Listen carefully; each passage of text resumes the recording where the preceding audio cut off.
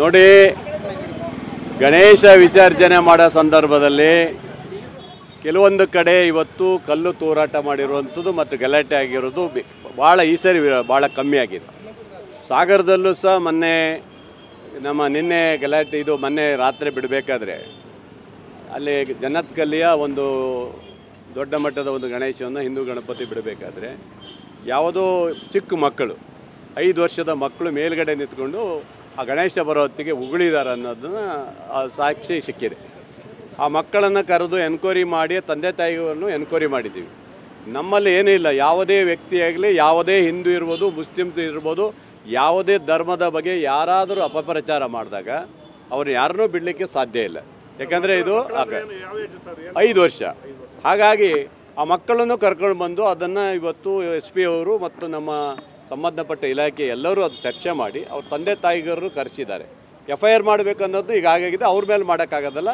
ಇದು ಸಂಬಂಧಪಟ್ಟವ್ರು ಯಾರಿದ್ದಾರೆ ಅವ್ರನ್ನ ತನಿಖೆ ಮಾಡಬೇಕು. ಏನಾದ್ರು ಅವ್ರ ಮೇಲೆ ಯಾರು ಪ್ರಚೋದನೆ ಮಾಡಿಸಿದಾರೋ ಏನು ಮಾಡಿದಾರೋ ನೋಡಬೇಕಾಗಿದೆ. ಅದಕ್ಕೋಸ್ಕರ ಈಗಾಗಲೇ SP ಅವರು ಅದಕ್ಕೆ ತನಿಖೆ ಮಾಡಲಿಕ್ಕೆ ಹಾಕಿದ್ದಾರೆ.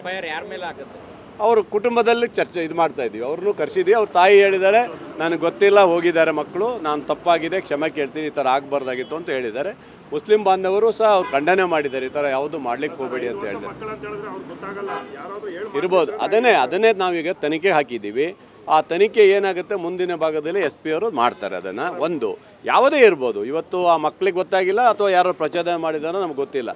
ಯಾವುದೇ ಇರಲಿ, ನನಗೆ ನೋಡಿ ಮೊನ್ನೆ ರಾಯಚೂರಾಗ ಇಲ್ಲ, ನಾನು ನೋಡಿದೆ, ಮಾಡಿ ಮೇಲೆ ನಿಂತ್ಕೊಂಡು 2 ಜನ ದ್ವೇಷದಲ್ಲಿ ಇದರಲ್ಲಿ ಕಲ್ಲು ಹೊಡೆದಿದ್ದಾರೆ, ಮೇಲ್ಗಡೆ ನಿಂತ್ಕೊಂಡು ಕಲ್ಲು ಹೊಡೆದಿದ್ದಾರೆ. ಅದು ಏನಾಗುತ್ತೆ ಅಂದರೆ ಅವರ ದ್ವೇಷಕ್ಕಾಗಿ ಯಾವುದೋ 2 ವರ್ಗಕ್ಕೆ ಇವತ್ತು ಸಂಬಂಧಪಟ್ಟ ಇದರಲ್ಲಿ ಇವತ್ತು ಗಲಾಟೆ ಹಚ್ಚಿ ದೊಂಬಿ ಮಾಡುವಂಥ ಕೆಲಸವನ್ನು ಮಾಡೋದು ನಿಲ್ಲಿಸಬೇಕು. ನಾನು ಅಷ್ಟೇ ಹೇಳೋದು, ಯಾವುದೇ ಧರ್ಮಕ್ಕೆ ಯಾರೇ ತೊಂದರೆ ಕೊಟ್ಟರು ಸಹ ಅವರಿಗೆ ಶಿಕ್ಷೆ ಆಗಬೇಕಾಗುತ್ತೆ ನಂದು ಒತ್ತಾಯ ಹೇಳ್ತೀನಿ ನಾನು. ಹಾಗಾಗಿ ಮದ್ದೂರಲ್ಲೂ ಆಗಿದೆ. ಯಾರೋ ಕಿಡಿಗೇಡಿಗಳಿದ್ದಾರೆ, ಅವ್ರು ಯಾವುದೇ ಒತ್ತಡಕ್ಕೆ ಯಾರೂ ಮಣಿಯುವಂಥ ಪ್ರಶ್ನೆ ಇಲ್ಲ.